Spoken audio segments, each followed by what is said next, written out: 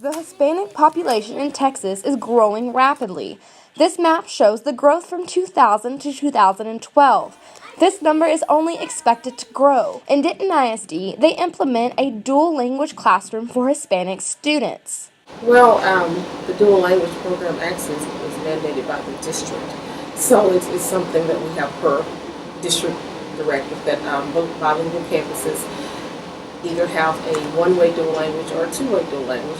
We have the one-way because of our mobility. Here, parents have the decision to send their child to traditional English classrooms or the dual language classroom where they will take turns learning different languages.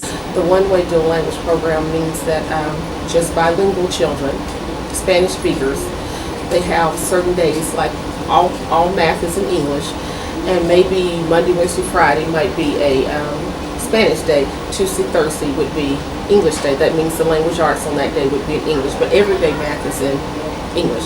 So they're actually getting both languages on a consistent basis, which makes them truly dual.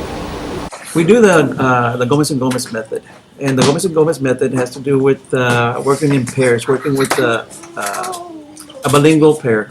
Each one is a dominant pair, in English, I would say, and the other one is more dominant in Spanish. So each one helps each other in their native language. Well,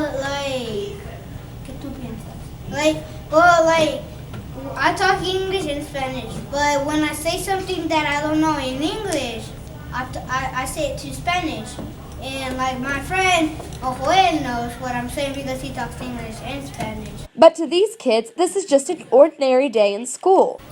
What we mostly do is take tests because first we do a research, then we go to the science lab, we do experiments, then like on Fridays, all the Fridays we take tests in fossil fuels and like right now we're taking a test on noun forms. We're gonna take it tomorrow.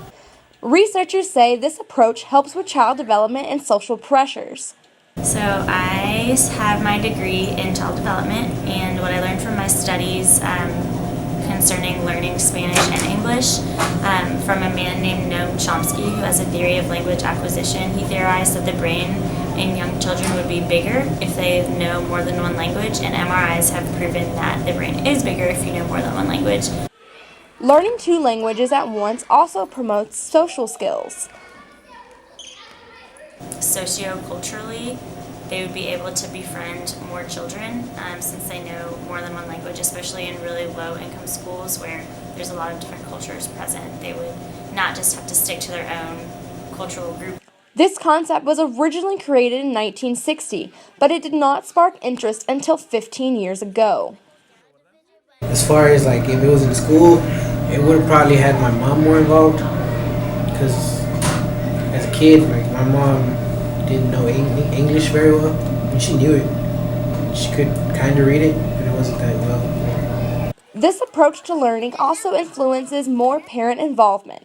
Studies show that when a parent is unfamiliar with English, the student's grades suffer in the end. I didn't have my mom to help me with my homework, but then when my sister started school, I guess they had that program, and she would teach my mom.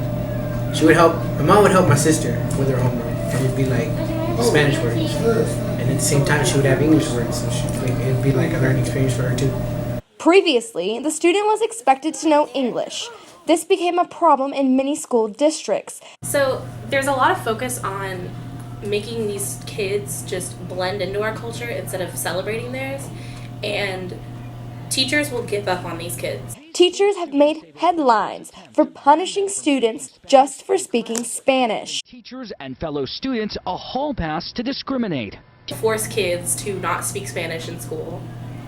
There are some students who have been locked in closets in the early 90s because they spoke Spanish at school. Since the program's popularity, the academic gap between Spanish and English speakers in the U.S. has fully closed. Statistics show that more and more Hispanic students are graduating as well.